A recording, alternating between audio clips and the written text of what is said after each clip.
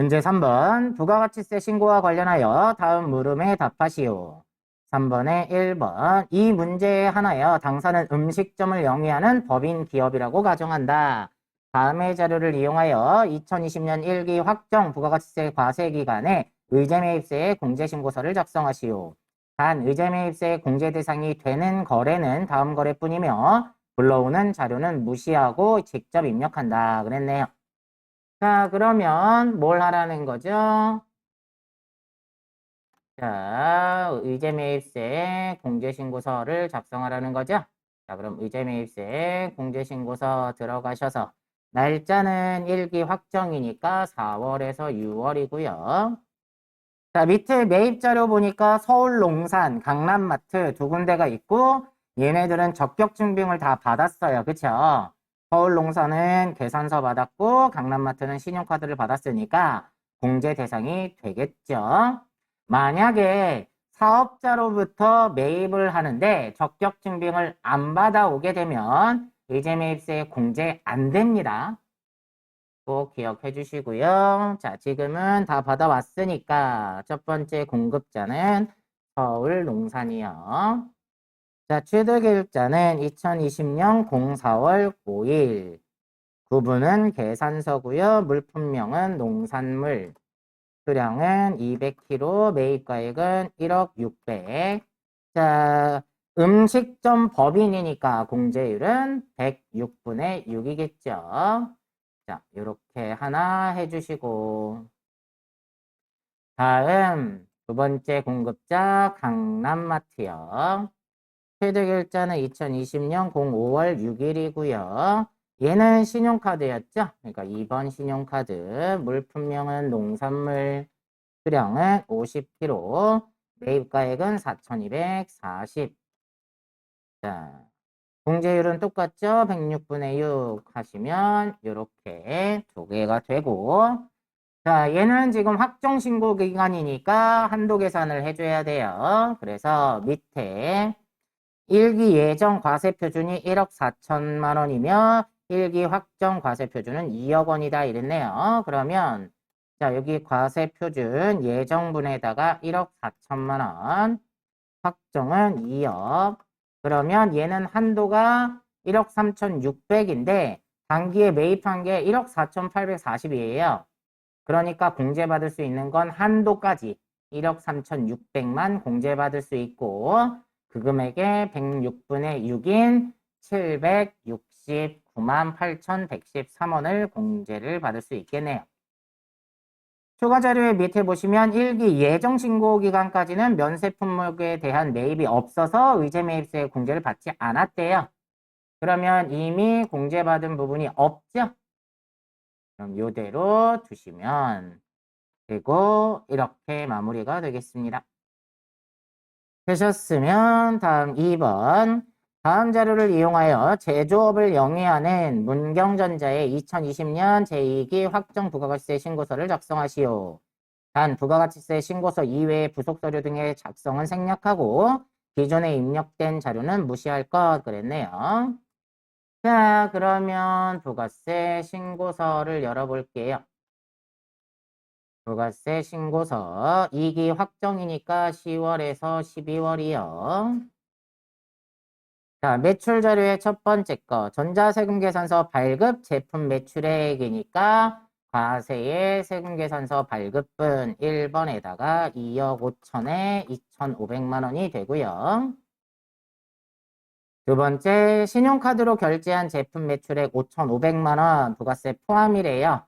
신용카드는 여기 3번에 5,500 부가세 포함이니까 5천만 원에 500만 원을 쓰시면 되고요. 다음 3번 내국 신용장에 의한 제품 매출액 영세율 세금계산서 발급분이래요.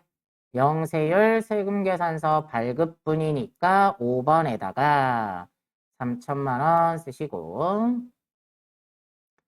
4번에 수출신고 필증 및 선화증권에서 확인된 수출액 직수출이라고 했네요.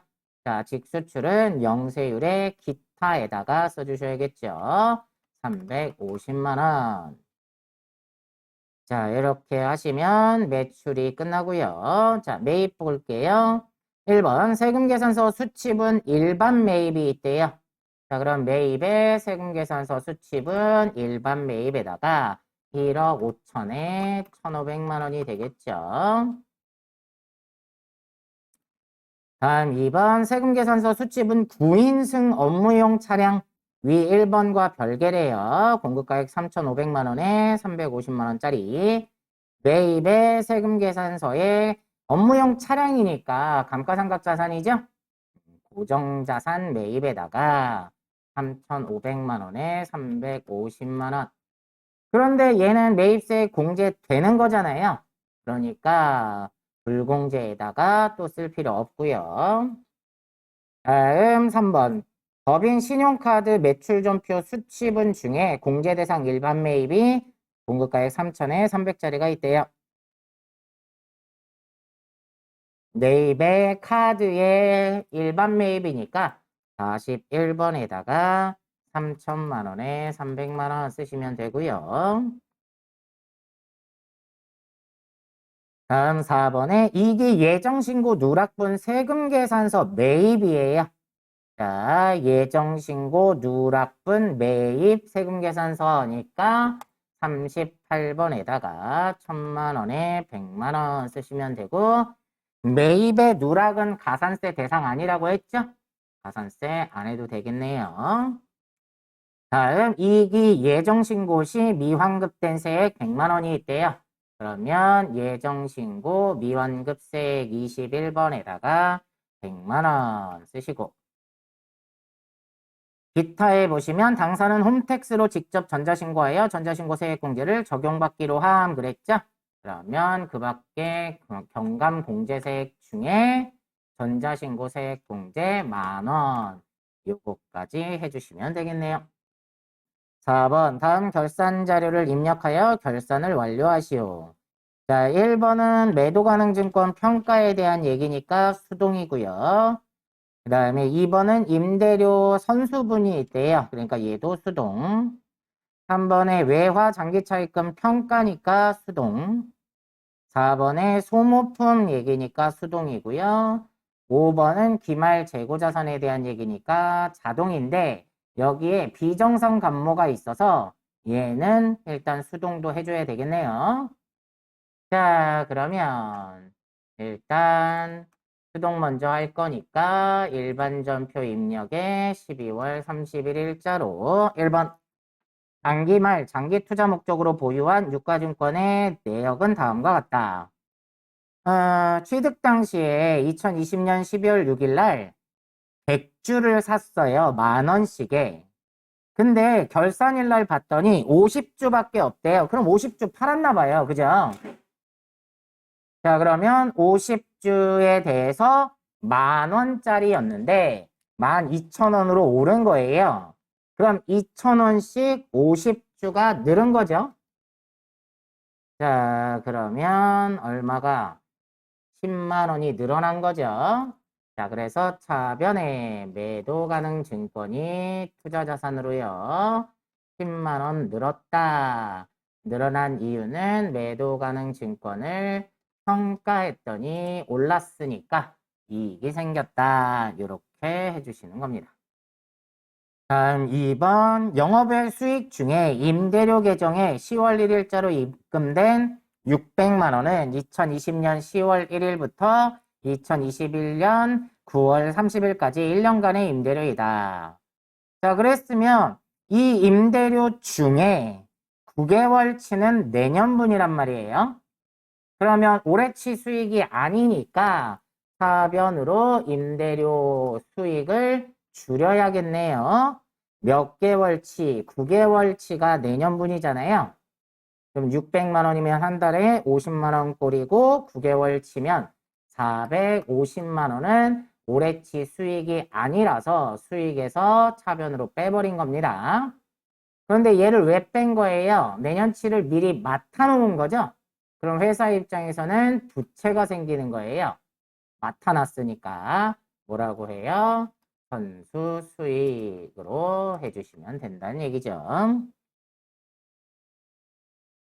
다음 3번. 작년에 외화은행에서 15,000달러를 차입한 금액이 단기말 현재 외화 장기 차입금으로 남아있고 환율은 다음과 같다.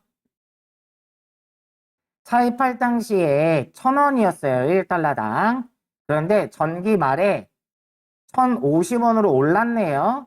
그러면 외화 장기 차입금이 빚이 늘었을 거고 그만큼 외화 환산 손실이 발생했을 거예요. 그쵸?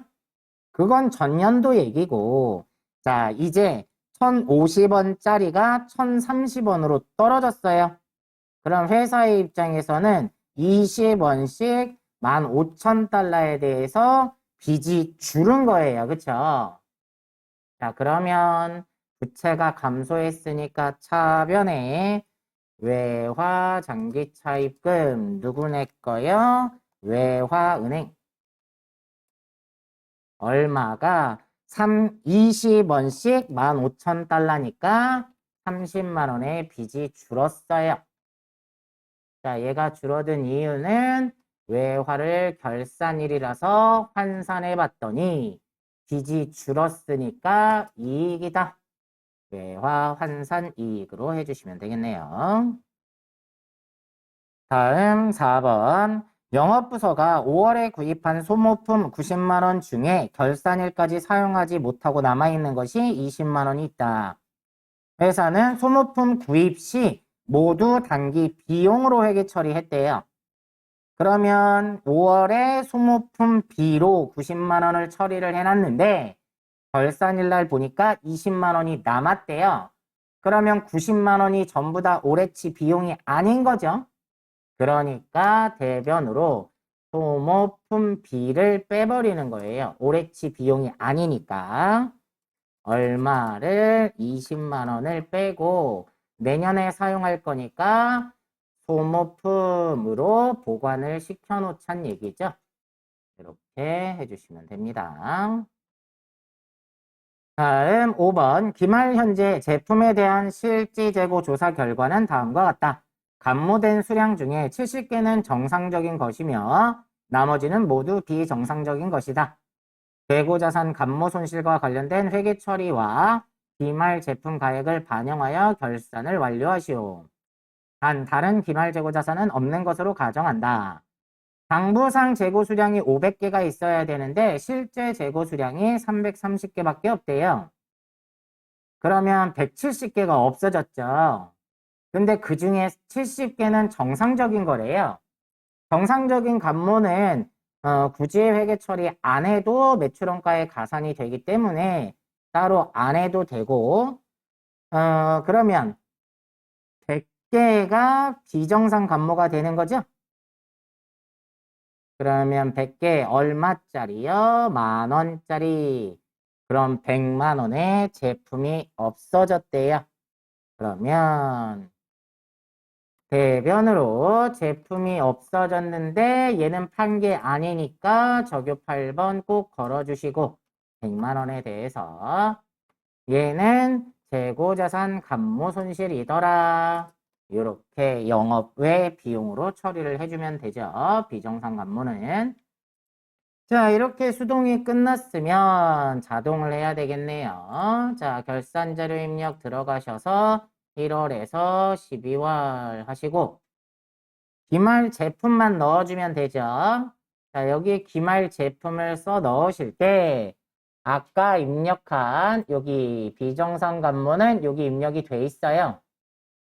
자, 그러면 기말의 제품 재고액은 330개 곱하기 10,000원이니까 330만 원. 이렇게 써주시면 되겠죠. 여기에 쓰여지지 않은 정상감모는 알아서 매출원가에 가산이 될 거예요. 그래서 여기까지 작성하시고 끝나면 전표 추가까지 해주시면 되겠네요.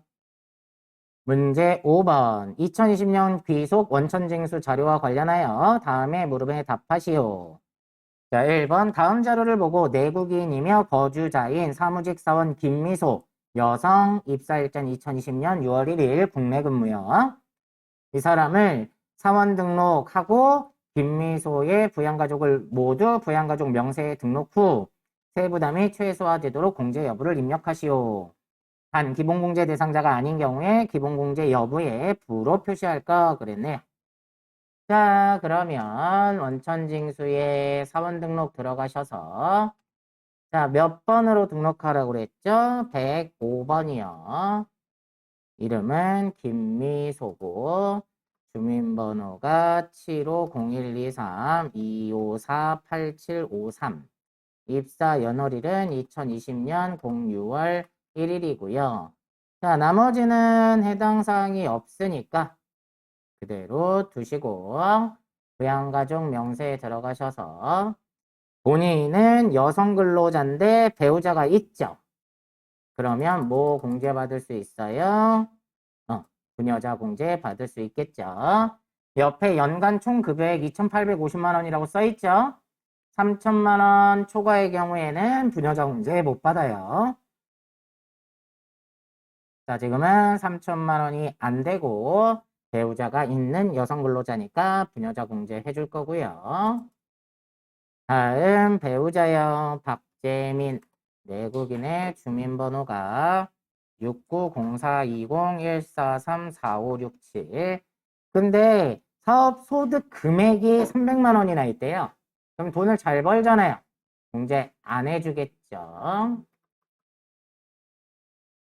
다음 본인의 아버지 직계 존속이에요. 김성호 내국인의 주민번호가 450324135487인데 영국에 거주하고 있대요. 자, 외국에 거주하는 경우에는 부양가족이 될 수 없습니다. 그래서 공제 대상이 안 돼요. 그러면 어머니도 마찬가지겠네요. 윤미영 내국인의 주민번호가 47052023248775 마찬가지로 영국에 거주하니까 안 해줍니다. 다음 딸이 있네요. 직계비속 박예슬이요. 내국인의 주민번호가 020705-4123-456 자, 20세 이하고요. 미국에 유학 중이라 하더라도 직계 비속하고 배우자는 항시 생계를 같이 하는 걸로 보는 거죠. 그래서 20세 이하의 소득이 없으니까 공제 대상이 되겠네요. 자, 이렇게 해주시고 마찬가지로 직계 비속의 박호식 내국인의 주민번호가 08-0103-3143-578 20세 이하고 동거의 소득이 없다고 그랬으니까 그대로 공제 대상이 되겠네요. 그 다음에 형제자매요. 김미정 언니가 있네요. 내국인의 주민번호가 730112-245-4528이요. 형제자매는 20세 이하, 60세 이상만 된다고 그랬죠? 자, 옆에 퇴직소득 금액이 100만 원이 있는데 그러면 소득 제한은 안 걸렸는데요. 나이 제한이 걸려서 공제를 받을 수 없습니다. 이렇게까지 해주시면 되겠죠. 자, 5번에 2번 김영철 사원의 부양가족 및 연말정산과 관련된 자료는 다음과 같다. 이를 바탕으로 연말정산 추가자료 입력 메뉴에 연말정산 입력 탭을 작성하시오. 단 세부담이 최소화되도록 하고 부양가족은 모두 현실적으로 생계를 같이 하며 제시된 자료 이외에 타 소득은 없다고 가정한다. 자, 거기 내용이 나와 있는데요. 밑에 김영철 뭐 기타 지출 내역 이런 거 먼저 볼게요. 총 급여액은 5,500만 원이고 부양가족의 주민등록번호는 맞는 것으로 가정한다. 신용카드 사용액 2천만 원, 당인 치료비 미포함이래요. 자, 이건 좀 이따 보도록 하고요. 현금 영수증, 전통시장, 대중교통, 도서, 공연비 사용액은 없고요. 연금저축 납입한 게 있대요. 밑에 임차 내역은 나와 있고요. 자, 그럼 하나씩 볼까요? 자, 연말정산 추가자료 입력 들어가셔서 사원은 김영철. 자, 첫 번째 나온 게 본인의 2020년 월세액이 나와 있네요. 12월 31일 기준 무주택자고 아까 총 급여액이 5,500만 원이니까 월세 공제를 받을 수 있겠네요. 자, 그러면 월세 주택 임차 들어가셔서 자, 임대인의 내역 여운혁이고요. 주민번호는 78010312345677이고요. 유형은 아파트니까 5번, 면적은 85제곱, 그 다음에 서울 종로구 효자동. 계약일은요, 2020년 06월 01일부터 2022년 05월 31일까지 연간 월세액으로 420만 원을 냈다고 했어요. 자, 이렇게 써주시면 되고요. 다음 배우자. 계약자와 피보험자 모두 배우자로 하여 가입한 보장성 보험료 70만 원 현금으로 결제했고 소득이 없대요. 배우자는 소득이 없으니까 기본공제 대상자가 될 거고 기본공제 대상자를 피보험자로 가입한 보장성 보험은 공제가 되겠죠. 자, 그러면 여기 보장성 보험 일반에다가 70만 원 쓰시면 되고요. 다음 박주희 모친인데 현금으로 절에 시주한 기부금 200만 원이 있대요. 소득이 없다고 나왔네요. 기부금은 나이 제한은 없고 소득 제한만 있어요. 근데 소득이 없으니까 모친이 기부한 기부금은 김영철 본인이 공제받을 수 있겠네요. 그래서 기부금 들어가셔서 종교단체 당해기부금에다가 200만 원 해주시면 되고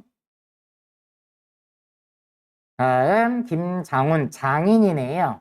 장인이 장애인 등록증 있는 장애인인데 장인 어른의 질병치료비 400만 원 신용카드로 결제를 했대요.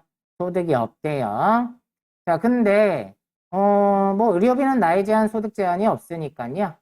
자, 의료비 들어가셔서 장애인이니까 장애인에다가 400만 원 쓰시고 아까 신용카드 사용액 2천만 원 장애인 치료비 미포함이라고 했으니까 신용카드에다가 이 400만 원을 포함시켜줘야 되겠네요. 의료비는 의료비하고 신용카드하고 중복공제가 되니까. 자, 그러면 쓰고 갈까요? 자, 신용카드 들어가셔서 아까 신용카드 사용액 2천만 원 있었고 장인 치료비를 포함시켜줘야 되니까 2,400만 원으로 쓰시면 됩니다. 자, 확인하시고 다음 김경민 자녀인데 24살이에요. 대학교 등록금 250만 원 현금 결제했는데 소득이 없대요. 교육비는 나이 제한은 없고 소득 제한만 있어요. 근데 자녀가 나이는 20살 넘었지만 소득이 없어서 등록금은 해줄 거예요. 교육비 들어가셔서 대학생에다가 250만 원 쓰시고 다음 자녀 23살짜리가 있는데 논술 학원비 100만 원 신용카드로 결제를 했대요. 소득이 없어요. 어차피 학원비는요.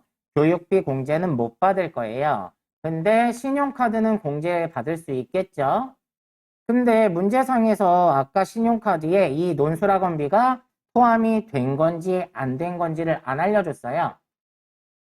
별도의 지시가 없으니까 그냥 신용카드 사용액에 포함됐다라고 볼게요.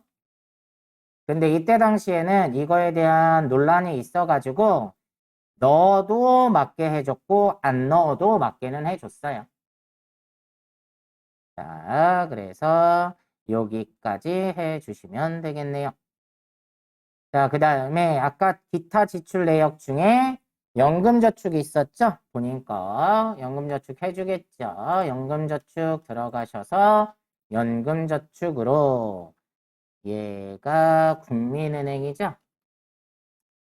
계좌번호는 212-902367-62791 납입금액은 200만 원 요거까지 써주시면 되겠네요.